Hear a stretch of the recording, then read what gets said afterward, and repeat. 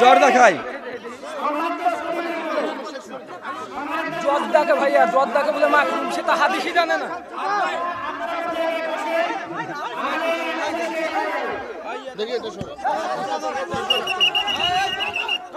আচ্ছা কোথায় আছে? না না, বেদাতের অর্থ দাঁড়ান দাঁড়ান, বেদাত যে নামাজের মধ্যে হতে হবে এটা কথা বললো।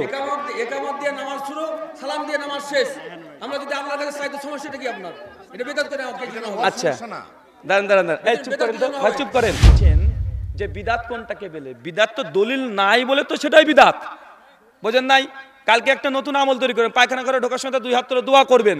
যদি বলি যাই করা যাবে না, তো আপনি যদি কোথায় করা যাবে না দলিল দেন, তো দলিল পাওয়া যাবে নাকি? বিদাতটা আপনার ফ্যাক্টরিতে তৈরি করা, আল্লাহ নবী আগে থেকে কিভাবে বলবে? আজীব ব্যাপার, কথা বুঝতে পারছেন? আল্লাহ নবী বলেছে, আমি শেষ করি, উত্তরটা শেষ হই।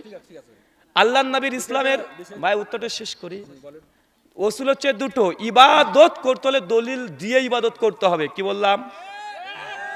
মান আমেলা আমালাল লাইসা আলাইহি আমরুনা ফাহরাদ্দুন। কোন ব্যক্তি এমন কোন আমল করলো, মান আমেলা আমালান লাইসা আলাইহি আমরুনা ফাওয়ারাদ, যে ব্যাপারে আমার আদেশ নেই সেটাই বাতিল। সে মুসলিম হাদিস না 1718, সে বুখারী হাদিস না 2697। তাই আমল করতে হলে দলিল দিয়েই করতে হবে।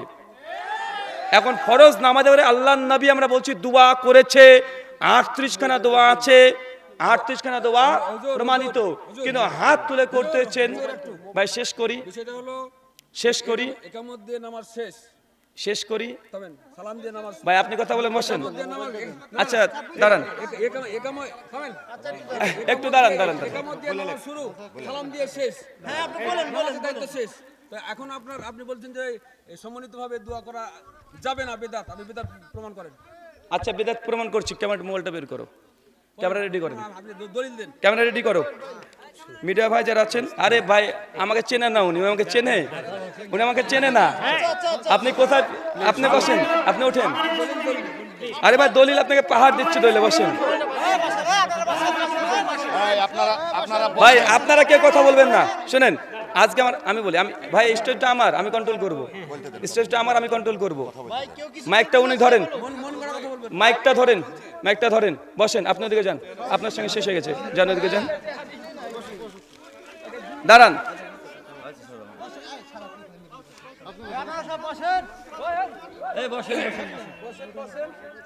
একজনে কথা বলবেন না।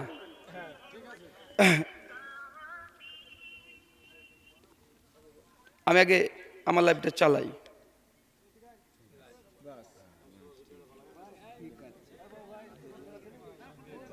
ইসমাইল, ওদের জন্য ডিস্টার্ব না হয়। জি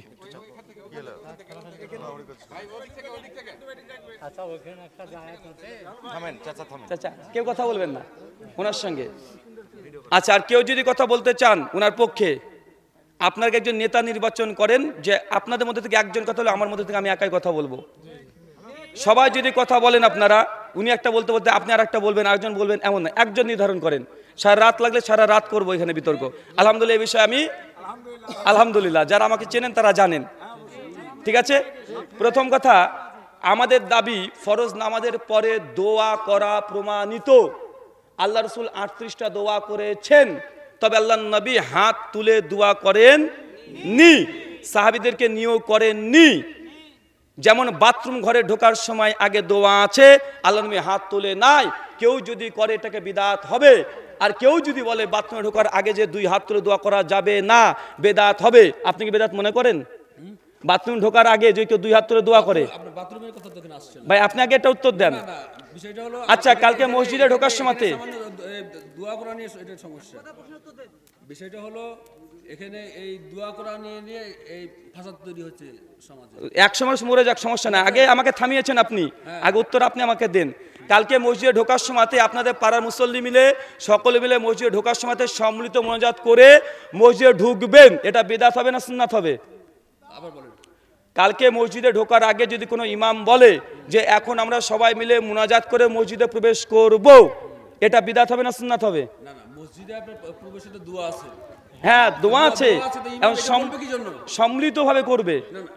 এটি সম্মানিত করবে কি করলে কেউ যদি কথা একটা একজন বিদাত কাকে বলে আপনি বলেন আচ্ছা বেদাত কাকে বলে আরে ভাই বেদাত কাকে বলে সেটা শোনাবো ভাই চুপ করেন নামাজের মাধ্যমে যদি কোনো জি নতুন নামাজের মাধ্যমে নামাজের মধ্যে যদি কোনো নতুন জিনিস সংযোজন করেন সেটাই হবে বেদাত কোথায় আছে না না বেদাতের অর্থ দাঁড়ান দাঁড়ান বেদাত যে নামাজের মধ্যে হতে হবে এটা কথা বললো একামত দিয়ে নামাজ শুরু সালাম দিয়ে নামাজ শেষ আমরা যদি আল্লাহর কাছে চাই তো সমস্যাটা কি আপনার এটা বেদাত করে কেন হবে আচ্ছা দাঁড়ান দাঁড়ান দাঁড়ান এই চুপ করেন তো ভাই চুপ করেন বেদাতের যে সব সংজ্ঞা বললেন বেদের সঙ্গে বলেন বেদাতের যে সংজ্ঞা বললেন যে নামাজ শুরুর সময়তেই নামাজের মধ্যে আরে আপনি আমাকে কথা বলতে দিবেন সংযোজন করেন সেটাই হবে বেদাত আপনি আমাকে কথা বলতে দিবেন কথা বলতে দিবেন ভাই আমি বললাম আল্লাহর নবী বলেছেন মান আমেলা আমালান লাইসা আলাইহি আমরুনা ফাহুয়া রাদ্দুন কোন ব্যক্তি এমন কোন আমল করলো মান আমেলা আমালান লাইসা আলাইহি আমরুনা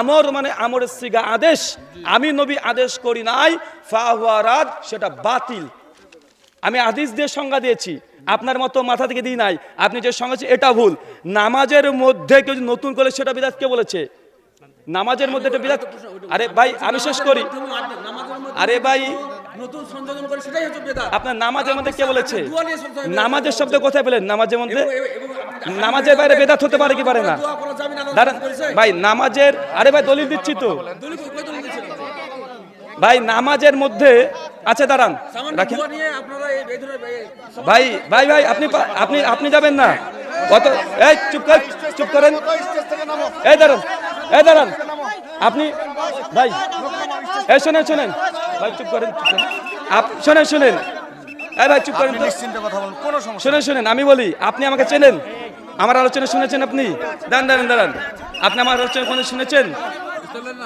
আপনি আমার আলোচনা শুনেছেন কোনোদিন আপনি আমাকে চেনেন আপনি চেনেন কি আমাকে আপনাকে আমি আপনাকে 15 মিনিট আমি ঠিক করে দেবো ওখানে কাকে সুন্নাত বলে কাকে বিদাত বলে 15 মিনিটে ঠিক করে দেবো স্টেজে বাধা দিয়ে আপনার মতো হিম্মত আমার সঙ্গে অন্তত দেখাবেন না কয়েক হাজার মুনাজারা এখনই মুনাজারা হবে মুনাজারা এখনই হবে জেলা নতুন সম্মিলিত দোয়া করা যাবে এটা আপনি দাঁড়ান আপনি আসছেন কেন ভাই ভাই চুপ করেন আপনি দেখেন দাঁড়ান ভাই করা যাবে না হাদিস দেখান আরে ভাই আপনি দেখেন কি করেন এই ভাই শুনেন ভাই দলিল সুপ্রিয় শ্রোতা মণ্ডলী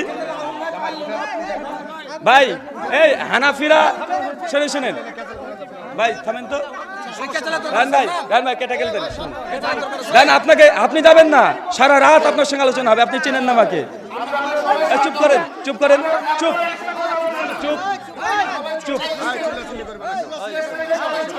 দাঁড়ান না ভাই উনাকে পাঠালেন কেন উনি একটা ফাসাদ সৃষ্টি করবে এখানে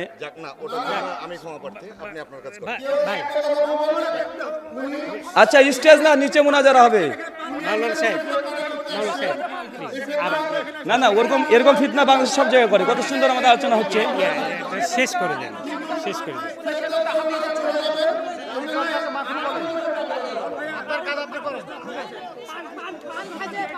জ্বর দেখাই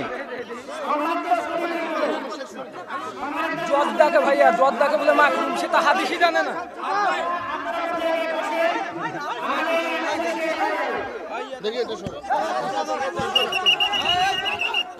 আচ্ছা চুপ হ্যালো ভাই থেমে যান আমরা থেমে যাই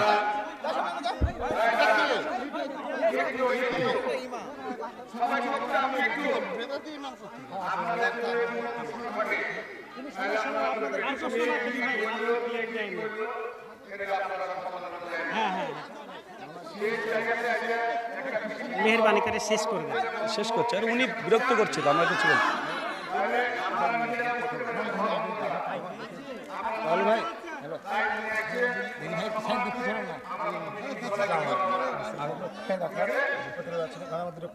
ঠিক আছে আমি শেষ করে দিই অনুষ্ঠানটা শেষ করে দিই আসসালামু আলাইকুম ওয়া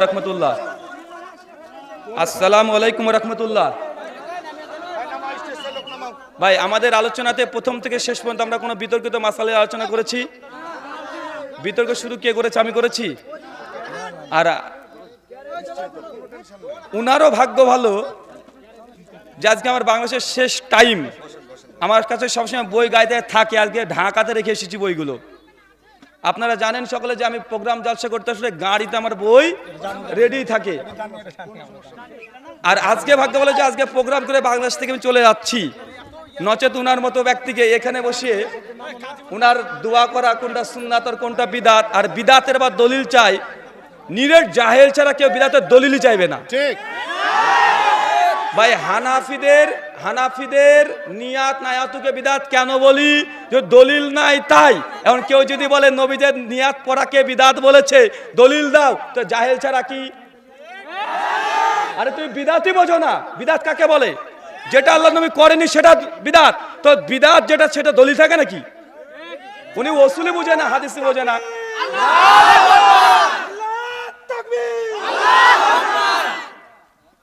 যারা মাকরু বলে জর্দাকে, তাদের কাছে বিদাত জায়েজ। যারা জর্দাকে মাকরু মনে করে এদের নিকটে সবই জায়েজ। আল্লাহ নবী বলেছেন কুল্লু মুস্কুর খামরুন কুল্লু খামরুন হারামুন। যারা নেশা পান করে, নেশাদার দ্রব্য খায়, এটা হারাম। সুনান ইবনে মাজাহ হাদিস না 3378-79। তো যারা নেশাদার দ্রব্যকে মাকরু মনে করে তাদের কাছে বেদাতটা মিষ্টি লাগবে।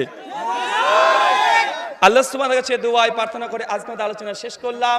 মহান সত্তা আল্লাহর কাছে দোয়া এই প্রার্থনা, আল্লাহ সুবহানাহু ওয়া তাআলা আমরা যে আলোচনা করলাম প্রথমে আমাকে, তাই আপনাদের প্রত্যেকে আমল করার তৌফিক দান করো, আল্লাহুম্মা আমিন। মহান সত্তা আল্লাহর কাছে দোয়া এই প্রার্থনা, আল্লাহ আমরা যারা এখানে আজকে উপস্থিত হয়েছি, যারা এখনো হালাল উপার্জন করতে পারেন, আল্লাহ তুমি আর রাজ্জাক, তুমি রিজিক দাতা, তুমি তাদের হালাল উপার্জন দিয়ে পরিপূর্ণ করে দাও। চলে পড়ি আল্লাহুম্মা আমিন। মহান সত্তা আল্লাহর কাছে দোয়া এই প্রার্থনা, আল্লাহ সুবহানাহু ওয়া তাআলা।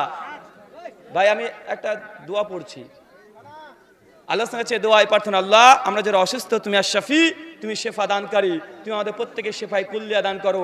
সকলে পড়ি আল্লাহুম্মা আমিন। মহান সত্তা আল্লাহর কাছে দোয়া এই প্রার্থনা। বা আপনার যুবক কারা কারা আছেন একটু হাত তোলেন তো, যারা বিয়ে করেননি। বিয়ে কারা করেননি হাত তোলেন। জি আপনি করেননি? আরে বাবা উস্তাদ মানুষ। আচ্ছা ভাই ঠিক আছে, হাত নামান। যারা বিয়ে করেননি, যুবক বিয়ে করতে ইচ্ছুক কিন্তু মা আব্বা দেয় না, কারা কারা আছেন হাত তোলেন। একজন দুজন তিনজন, মাশাআল্লাহ। কিছু কিছু বাবা মা আছে, তার কি বলে জানেন? ছেলের বয়স 28 পার হয়ে গেছে, বলছে আমার ছেলে এখনো ছোট তাই বিয়ে দেয় না। আছে না নাই? আছে। আল্লাহ রাসূল বলেছে বিয়ের যোগ্য যদি না মানে পুরুষ এবং নারী হয়ে যায়, তারপর যদি বিয়ে না দেয়, আর সে ছেলে মেয়ে যদি কোনো ব্যভিচারী অশ্লীল কাজে যুক্ত হয়ে যায়, বাপ মার ফজিলত বাপ মা ওর অন্তর্ভুক্ত হয়ে যাবে, নেকি না গুনাহ পাবে। তাই পিতা মাতাকে সাবধান এবং সতর্ক। আপনি মনে করছেন যে ছেলেটা ইনকাম করে না এই জন্য বিয়ে দিবেন না, ভাই রিজিকের মালিক আপনি না আল্লাহ। সূরা নূর আয়াত নম্বর 24 থেকে 30 আল্লাহ বলেছেন যে আল্লাহ সন্তুষ্টির জন্য বিয়ে শাদী করে, আল্লাহ তার জন্য রিজিকের দরজা খুলে দেয়। তবে কে খুলে দেয়? আল্লাহ খুলে দেয়। মনে রাখবেন, আপনার বয়স 18, আপনার বয়স হয়ে গেছে 28, আপনার বাবা মা বলছে যে ছেলে এখনো ছোট আছে, অথচ বাপ কিন্তু 18 বছর বয়সে বিয়ে করেছিল। কথা বোঝেন নাই? বাপ 18তে করেছিল, বেটা 28, তাও বেটা নাকি বয়সে নাই। আল্লাহ আপনাদের জন্য দেওয়া। আমার যুবক যুবতী ভাই এবং বোন যারা এসেছেন, যারা আলোচনা পরবর্তী সময় ইউটিউবে শুনবেন, মহান সত্তা আল্লাহর কাছে দোয়া এই প্রার্থনা, আল্লাহ সুবহানাহু ওয়া তাআলা আমার এই যুবক ভাইদেরকে, যেসব যুবতী দিনদার বোন আছে, দিনদারের সঙ্গে দিনদারের একটা বিয়ে শাদীর মাধ্যমে হালাল বৈধ বিবাহ শাদী করা তৌফিক দান করো। পড়ি আমিন। কত খুশি দেখেছেন যুবকগুলো, বিয়ে করতে চায় বাপ দেয় না, কি করবে? দুঃখ। আল্লাহর কাছে দোয়া এই প্রার্থনাকে আলোচনা শেষ করলাম। সুবহানাকা আল্লাহুম্মা ওয়া বিহামদিকা আশহাদু আল্লা ইলাহা ইল্লা আনতা আস্তাগফিরুকা ওয়া আতুবু ইলাইক। আসসালামু আলাইকুম ওয়া রাহমাতুল্লাহি ওয়া বারাকাতুহু।